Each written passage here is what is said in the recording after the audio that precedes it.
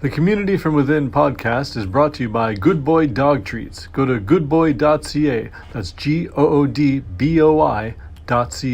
to find out where you can buy your spent grain dog treats for your good boy. Also, please take a moment to visit inspirechildrenandyouth.org.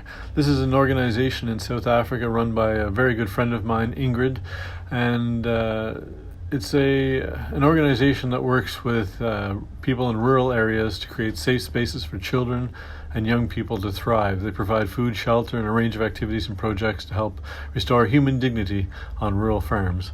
And they can't do it without your help. So again, please go to inspirechildrenandyouth.org and contribute if you can.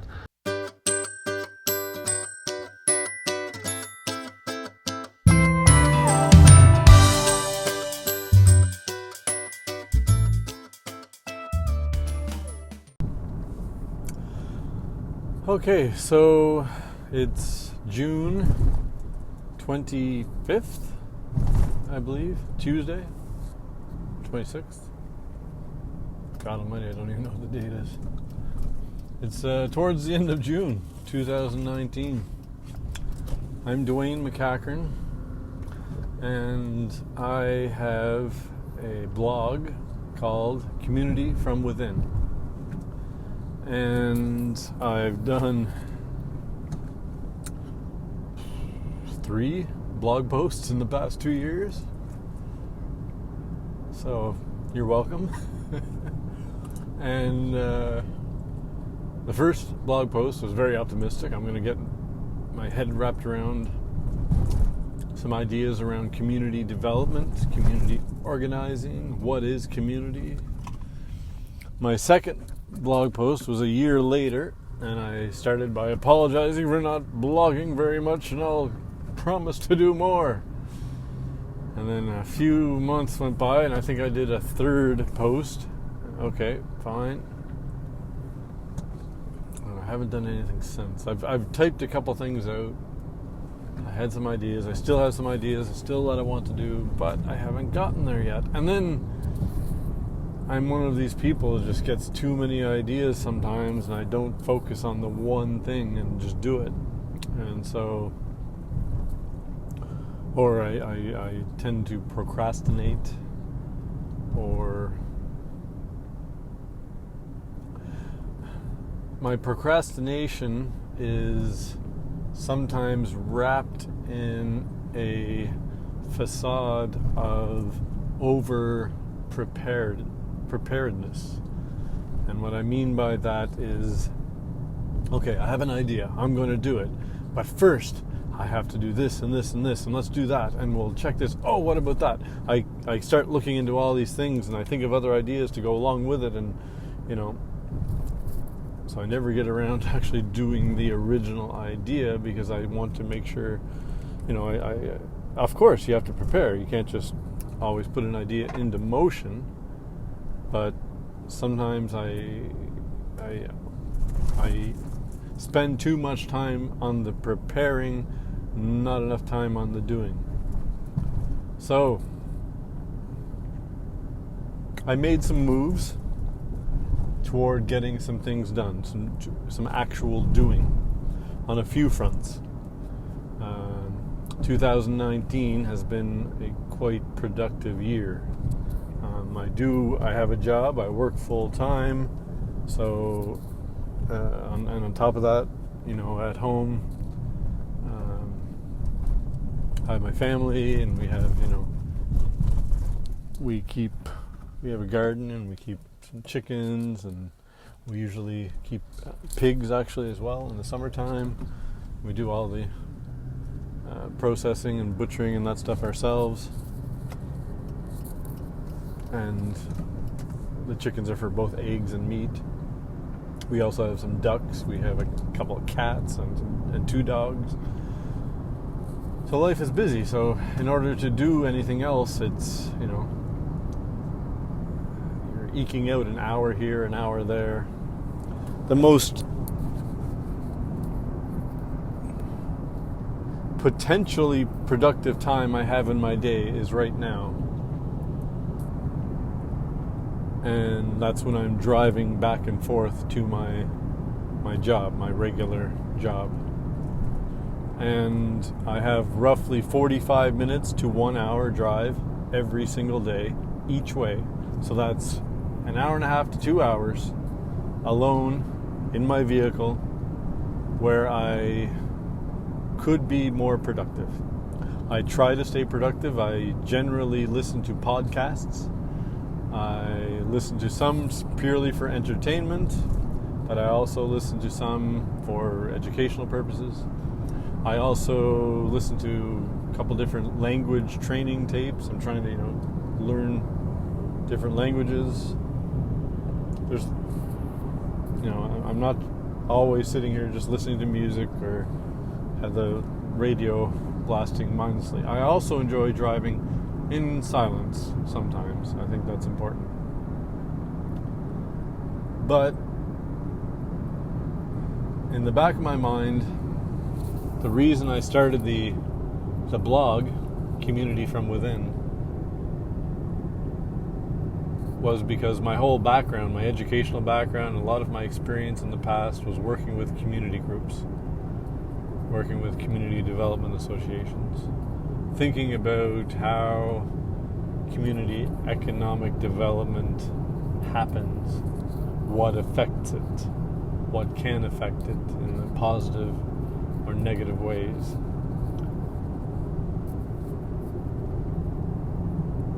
And I was heavily involved for many, many years. I was involved with a variety of organizations. I worked for a few nonprofit organizations. And ultimately, in the end, I got out.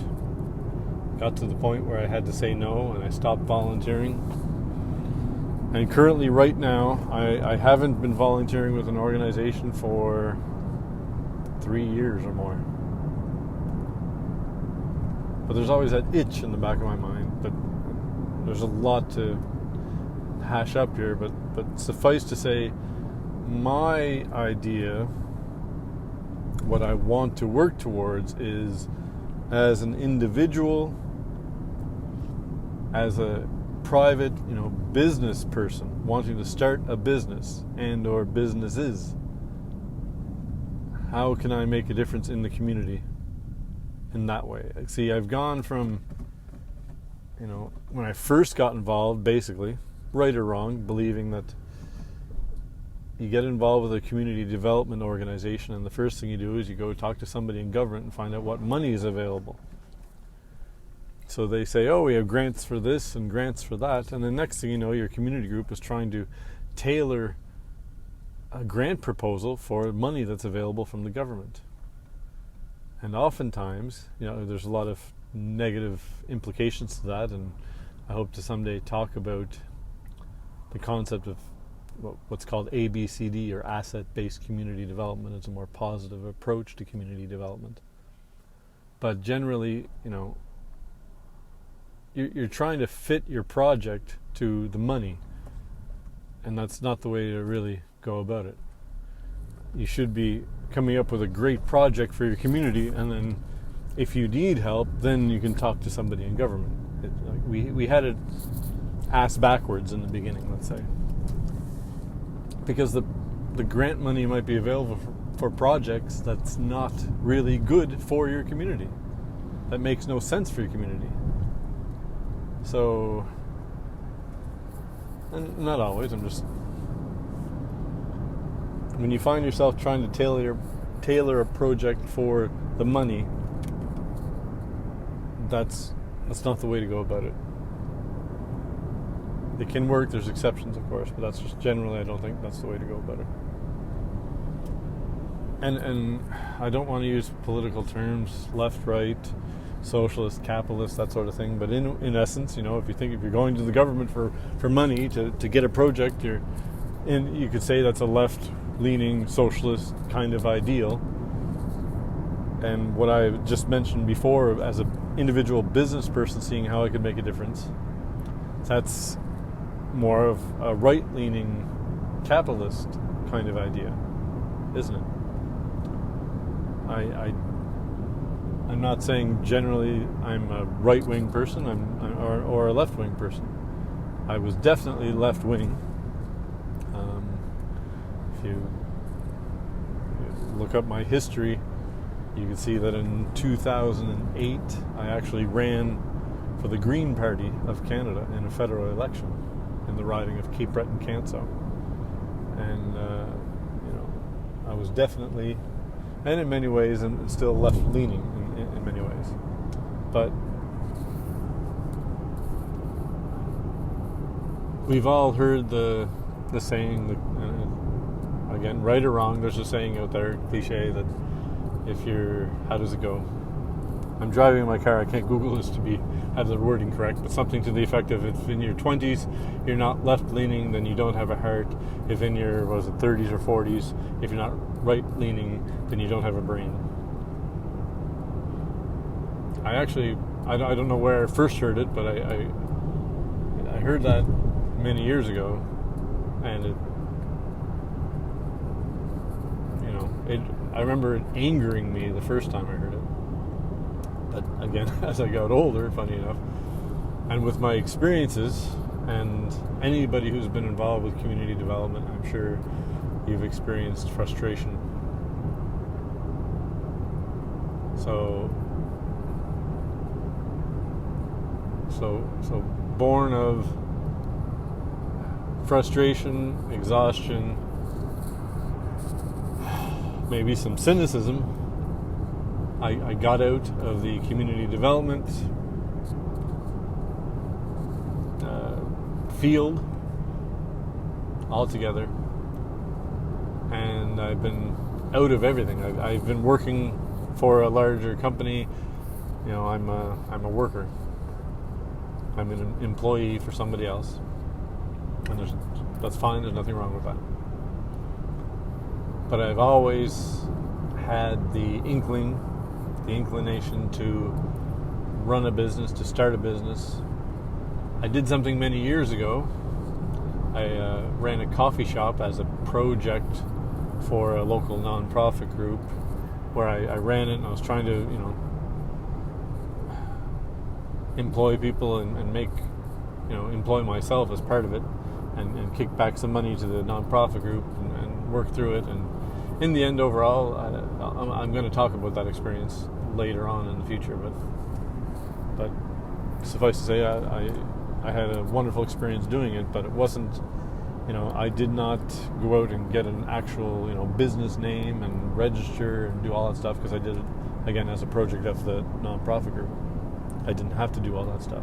I operated basically under their name. So I know I still had no experience operating a business. And I grew up, my father, since I was about 5 or 6 years old, I can't remember, maybe 7, whatever. My father was an auto mechanic, ended up buying the service station. And since then, his whole life has basically operated his own business. So there's that entrepreneurial spirit within my own family, and my mother's always been a part of that, working with him and helping as well, I should mention. But I also had some experiences as a child, and I've recorded some other stuff before, which I could insert here, or I'll talk about it again later, where I went to basically a week-long summer camp when I was 12 years old. No, 11 or 12 years old. I think I was 11. Anyway, point being, it was a week-long summer camp for about 30 or 40 kids, and it was on business, science, and technology, but basically mainly on entrepreneurship. And the message we were given was, as the children here in rural Cape Breton Island, you can do anything, basically. You want to start a business? Here you go. Get an idea. Do this. And we had this awesome project here. Here I am talking about it, actually.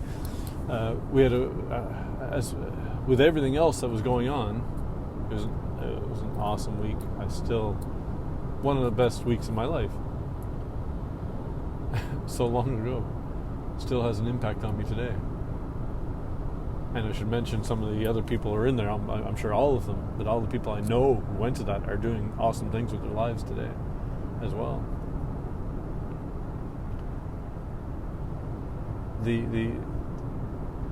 With all the other activities, the whole week long there was a group project. We had all these groups, 5 or 6 groups, competing against each other in this project to invent a product. It could be made up, it could be real, whatever.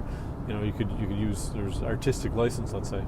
Make a product, make a marketing plan, and in the end we had to do presentations to real business people. We're 12 years old. It was like Dragon's Den back then, and they chose winners, and the top 3 or something. We got little prizes. But that's what it was. If you've ever seen Dragon's Den or Shark Tank, that's what it was. This is 1991. This took place, 1991, in Sydney, Nova Scotia, or at the college. It was called the UCCB back then. It's now Cape Breton University. It was a project put on by the federal government, an arm of what's now ACOA. It used to be called Enterprise Cape Breton. It's no longer in existence, but it was part of the federal government that put it on. It was a wonderful program, and why never continued it? I think it only ran for a few more years and then they discontinued it. But my goodness, you talk about community economic development. Get kids involved. There's junior achievers, there's other programs, but my God, this was. It's a 1-week camp. You think of how many weeks there are in the summer for kids. You could grab so many people across Cape Breton Island, across wherever this is. The program was called Monkey Business. I did some research, and the last thing I found was, because it was over 7 years old, all the records were basically destroyed. So, hit myself in the head with a hammer. Imagine if we had all that documentation of how they put it together, what the proposals were, everything. Ugh. I still think somewhere, maybe at CBU, I got to go down there and check that there might be some records. I hope.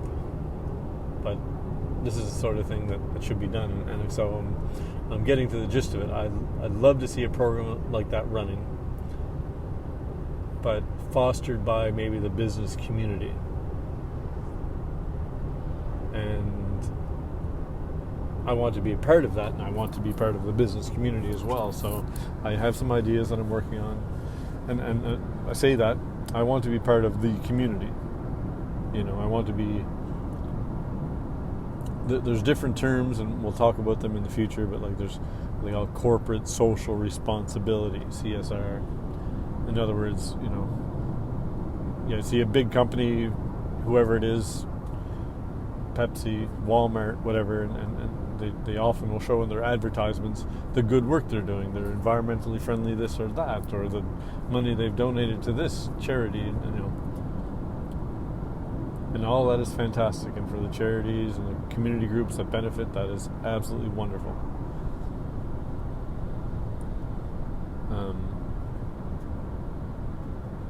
But how can we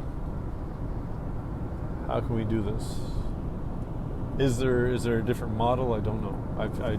I took some cool courses in university. One of them was on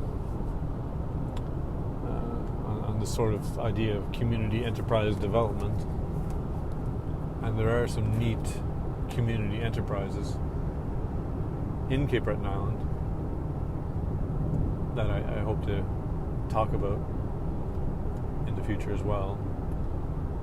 The most famous locally here would be called New Dawn Enterprises, which runs a variety of businesses, and these are all, community owned, basically cooperatives. The cooperative movement in Canada, in many ways, if not started, was grown and developed here in this part of Canada, in the Maritimes, all mainly due to a priest by the name of Moses Cody from Margaree. He was working at St. Francis Xavier University, which is also my alma mater, and he helped organize fishermen into fishing co-ops. He organized, he worked with miners. He worked with They created the credit union movement here in the Maritimes, and co-ops, the co-op grocery stores. All these things came out of this movement, which was called the Antigonish movement. Antigonish is the town where St. Francis Xavier, or St. Évêque University is. So this movement spurring out of this little university became known as the Antigonish movement. And at one point, I guess, as this was going on, people started coming from all over the world to learn about what was happening here. Moses Cody died, I think, off the top of my head, 1959. And shortly afterwards, the university named a wing of the university called the Cody Institute for people to continue coming from around the world to learn. And I'm actually, not only am I a graduate of St. Évêque, I'm also a graduate of the Cody Institute. I took a course there in asset-based community development and a couple other smaller courses over the years. And they are a wonderful resource here that is radically unknown, because mainly their focus is everywhere else in the world aside from here, and that's not a dig at them. That's their mandate. The university has their extension department and other things that work with community groups, but it's one of these things where it's a small department, let's say, and they're always stretched. And if you're involved in a community development group in some rural part of Cape Breton, let's say, if you don't know that they exist and you don't go to them asking, what resources they have, then if you don't know what you don't know. That's what I'm trying to say. I have nothing but love for the Cody Institute and the Extension Department at St. Évêque. And so, maybe I'll look at talking to some people there at both of those places as part of this project. And what is this project? It's Community from Within podcast. What does community from within mean? My goodness.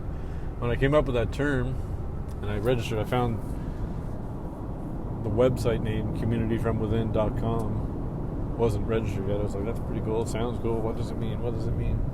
And it can mean many things, I guess. That's kind of what I like about it. Community from within, as in community, it's the community that builds itself. You can't build a community from outside intervention, from top-down politics and pushing development projects and fitting your money to the project idea. But also community from within, community, being a part of a community is a personal choice. Motorcycle just passed me. I'm sure you can hear that. Community from within, it's, community is to be a part of a community is an intentional choice. I'm not talking about intentional communities. That's a separate idea and something I'd like to talk about in the future as well. But in a way, every community is like that, right? If you want to be part of a community, feel part of it, you got to make the choice to be a part of it. Because you live in a community, but if you don't participate in anything, you have nothing to do with it. Are you really a part of the community? Other than just, what's the difference between living in a community but never participating and a tree on the side of the road? The tree is contributing oxygen. What are you contributing? But is everybody obligated? What is a community? Is it a geographic area? Is it a group of ethnically homogenous or diverse people? Is it a group of people who speak the same language or many different languages? Is it people with a shared religion or many different religions? What is a community? These are all questions that you either you may have answers for or you may not. I'm not saying I have answers for anything. That's part of what I want to If you're listening to this, you're going to find out that I don't know what the hell I'm talking about, probably. I'm just going to talk my way through it. If something sounds good, all right, we'll go with that.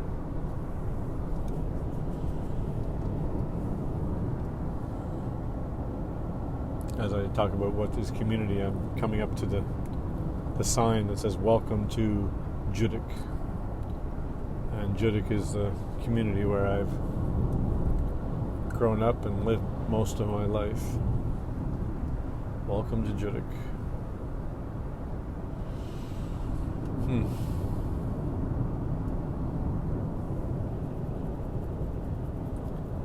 That almost seems like a good place to end it for today.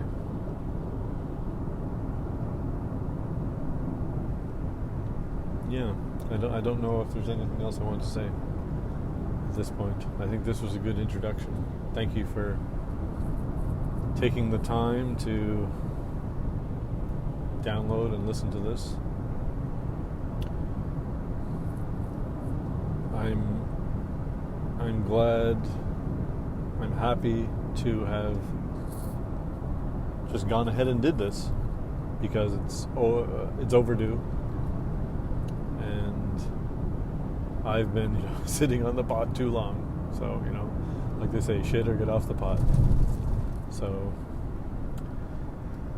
yeah,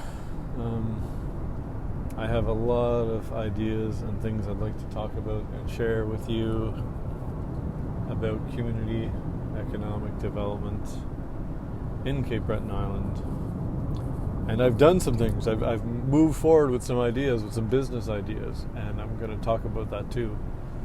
And a couple of them, are things that just, started as an idea in my head. And I just said, to hell with it, I'm just going to do it.